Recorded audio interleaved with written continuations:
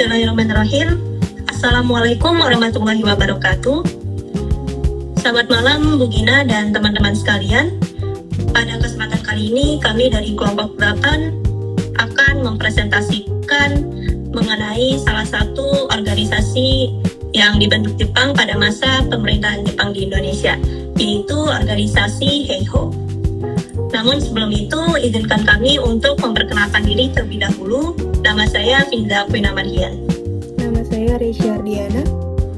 Nama saya Nayaka Ganeto Putra. Nama saya Erlina Josi.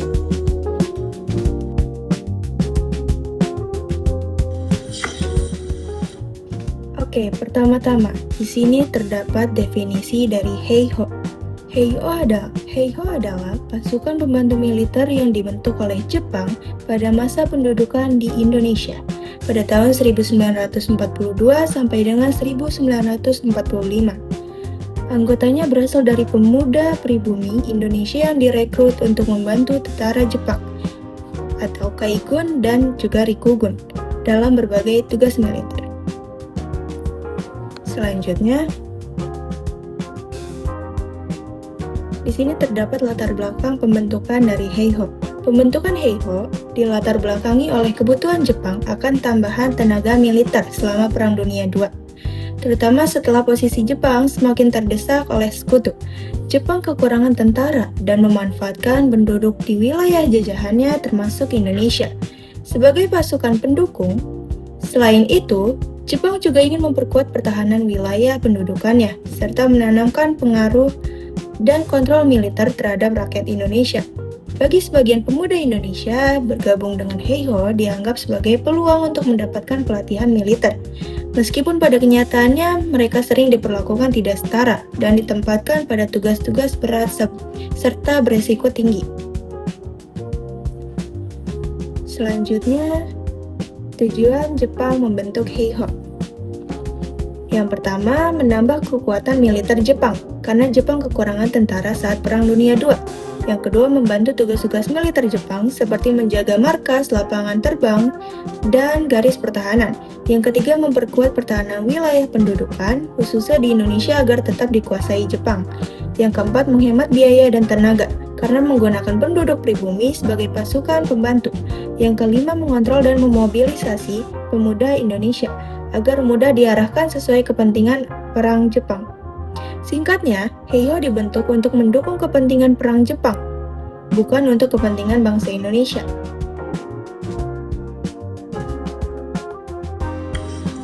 Baik, selanjutnya kita akan masuk ke proses perekrutan anggota Heiho. Nah, pada perekrutan anggota Heiho, prosesnya dapat dibagi menjadi 3 timeline atau 3 tahap. Tahap pertama dimulai pada tahun 1942, di mana organisasi Heiho hanya merekrut tahanan perang dengan pengalaman militer saja. Kemudian tahap yang kedua dimulai pada bulan Mei tahun 1943, di mana mereka mulai merekrut anggota pemuda-pemuda Indonesia yang belum memiliki pengalaman militer melalui pendaftaran secara sukarela. Ini dilakukan setelah Heiho secara resmi diumumkan.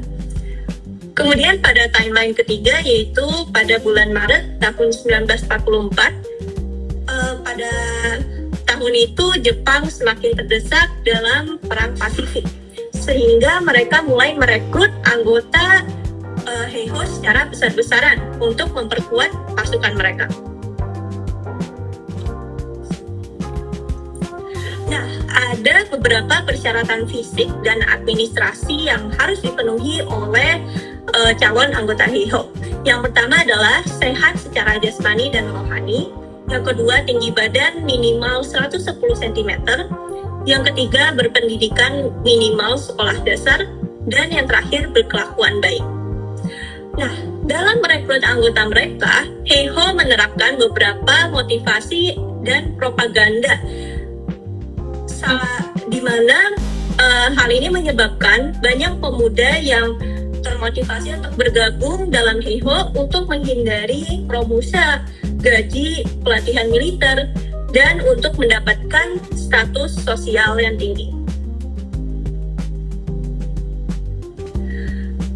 Lalu bagaimana pelatihan yang dijalani oleh anggota-anggota Heiho pada masa itu?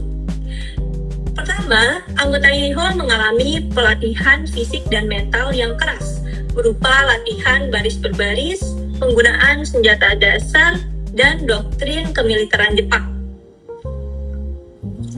Selain itu, mereka juga menjalani pelatihan khusus seperti pengoperasian artileri, kendaraan lapis baja, atau pertahanan pantai. Nah, Jepang dalam merekrut anggotanya, seperti yang telah disebutkan sebelumnya, mereka menerapkan beberapa propaganda guna memotivasi calon-calon anggota. Nah, beberapa propaganda itu diantaranya adalah konsep Hakoichiu atau 8 sudut di bawah satu atap. Ini menggambarkan keinginan Jepang untuk menguasai seluruh belahan dunia. Dan selain itu, Jepang juga menjalankan indoktrinasi konsep semangat Bushido.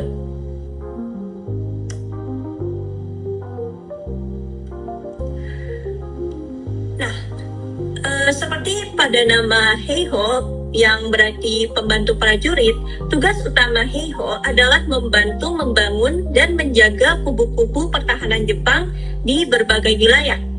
Jadi mereka sekedar mendukung pertahanan Jepang. Kemudian anggota Heiho sering ditugaskan pula untuk membantu tugas-tugas logistik dan melengkapi perlengkapan militer Jepang.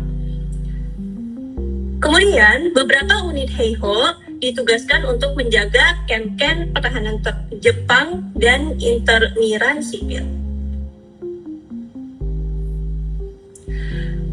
Lalu bagaimana susunan, kedudukan, dan hierarki pada organisasi militer Heiho? Nah, pertama kita akan mempelajari posisi Heiho dalam struktur kemiliteran Jepang. Anggota Heiho tidak memiliki komando terpusat tersendiri, tetapi mereka langsung dimasukkan ke dalam unit-unit tentara Jepang. Nah, Heiho bertindak sebagai pembantu prajurit, di mana pemuda Indonesia ditempatkan sebagai buruh lapangan, pembangun pertahanan seperti parit atau benteng, penjaga camp, dan awak persenjataan. Dan setiap unit Heiho diawasi langsung oleh perwira Jepang. Nah, kemudian kita akan mendalami struktur atau hierarki pimpinan dalam organisasi Heiho. Yang pertama, dalam struktur tertinggi adalah panglima tertinggi yang disebut dengan Saiko Shikikan. Saiko Shikikan merupakan pimpinan tertinggi pemerintah militer Jepang di wilayah tersebut. Kemudian pada susunan kedua terdapat kepala pemerintah militer atau disebut dengan Gunseikan. Nah, kepala pemerintah militer berada di bawah panglima yang merangkap kepala staf tentara. Kemudian ketiga, perwira Jepang yang merupakan unit komandan, yang di mana perwira Jepang merupakan unit tempat Heiho ditempatkan. Dan terakhir adalah bintara atau perwira Heiho. Anggota Heiho Indonesia tidak pernah menduduki jabatan perwira tinggi, tetapi perwira tinggi hanya diduduki oleh anggota-anggota dari Jepang saja. Mereka hanya mencapai posisi bintara atau prajurit dan selalu berada di bawah perintah perwira Jepang.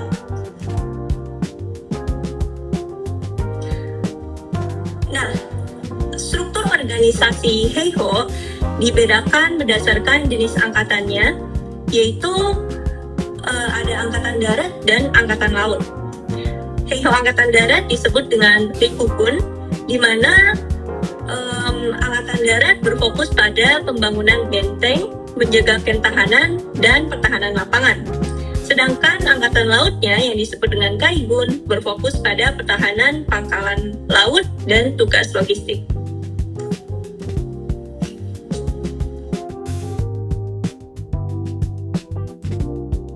Nah, selanjutnya saya akan menjelaskan tentang tugas operasional dan peran Heiho dalam perang. Dalam pelaksanaannya, Heiho ini membantu tentara Jepang dalam berbagai kegiatan militer. Tidak hanya tugas non-tempur, dalam kondisi tertentu mereka juga dilibatkan dalam tugas tempur ringan. Peran Heiho di lapangan cukup beragam.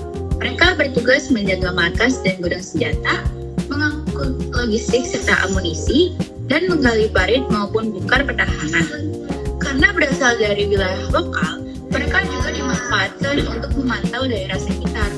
Bahkan, dalam situasi tertentu, mereka ikut bertempur di garis terdepan. Hal ini menunjukkan bahwa meskipun disebut sebagai pasukan pembantu, tanggung jawab dan resiko yang mereka hadapi tetaplah besar. Selanjutnya kita akan mengetahui bagaimana kondisi dan kesejahteraan prajurit Heiho.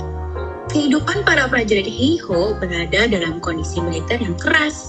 Mereka sering mendapatkan perlakuan diskriminatif, menerima gaji yang kecil, atau bahkan tidak dibayar, serta memiliki fasilitas kesehatan dan makanan yang sangat terbatas. Selain itu, mereka juga kerap ditempatkan di posisi berbahaya tanpa jaminan keselamatan yang memadai. Dampaknya, para prajurit Heiho mengalami penderitaan baik secara fisik maupun mental.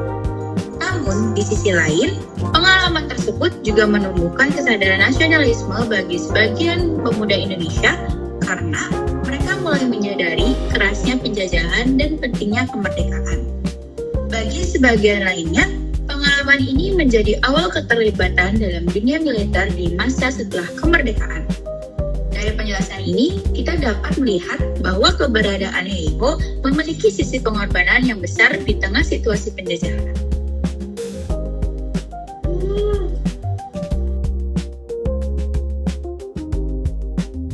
Ya, selanjutnya saya akan menjelaskan tentang perbedaan peta dengan Heiho. Nah, organisasi militer Heiho yang pertama itu adalah pasukan militer yang dibentuk Jepang pada 2 September 1942 yang berdasarkan instruksi dari Angkatan Darat Markas Besar Umum Kekaisaran Jepang.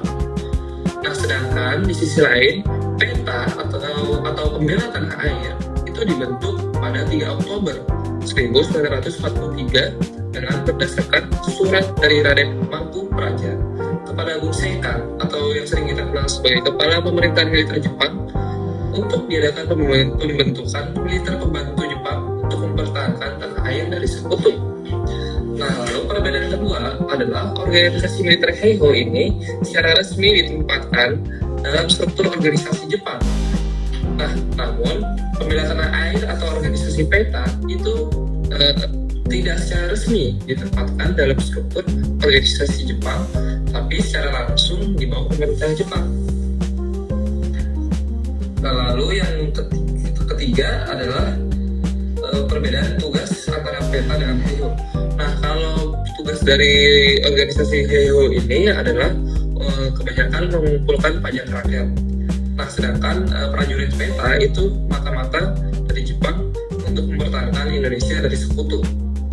Nah, lalu perbedaan yang keempat adalah Heiho itu membantu Jepang melawan sekutu secara langsung di lapangan. Sedangkan prajurit PETA hanya mempertahankan Indonesia dari serangan sekutu.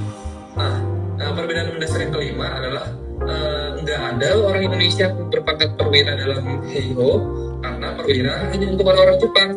Sedangkan dalam PETA kedudukan lebih fleksibel atau dinamis dengan adanya orang Indonesia yang berpangkat perwira, tapi khusus untuk orang-orang yang menjadi tokoh masyarakat atau telah menempuh pendidikan khusus.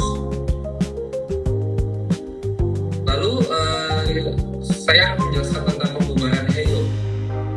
Pembubaran Heiho disebabkan atau dikarenakan oleh Jepang yang telah menyerah tanpa syarat kepada sekutu pada 15 Agustus 1945 dan Indonesia telah memproklamasikan kemerdekaannya. Nah, pembubaran Heiho itu dilakukan oleh Panitia Persiapan Kemerdekaan Indonesia atau yang sering kita kenal sebagai PPKI. Nah, setelah itu sebagian anggota Heiho itu menjadi anggota Badan Keamanan Rakyat atau BKR yang yang menjadi cikal bakal Tentara Nasional Indonesia atau yang kita kenal sebagai TNI, yang begitu besar jasanya dalam mempertahankan kemerdekaan Republik Indonesia. Lalu selanjutnya saya akan menjelaskan dampak HEIHO bagi Indonesia. Yang pertama adalah pemuda Indonesia mendapatkan pelatihan militer dasar, termasuk penggunaan senjata dan taktik tempur yang sebelumnya tidak tersedia di era kolonial. Yang kedua adalah membentuk jaringan antar pemuda dari berbagai daerah untuk memperkuat semangat nasionalisme, koordinasi atau kerjasama untuk perjuangan selanjutnya. Nah, yang ketiga, meski dibentuk dengan propaganda mengabdi pada bangsa, HEIHO ini adalah unit pembantu Jepang seperti yang kita kenal di awal, dan berfungsi untuk mendukung peran mereka untuk kepentingan kita. Lalu yang terakhir adalah HEIHO itu seperti yang kita kenal berperang atau bertempur di berbagai medan perang yang mengakibatkan banyak anggota HEIHO yang kehilangan nyawa atau gugur dalam membantu Jepang.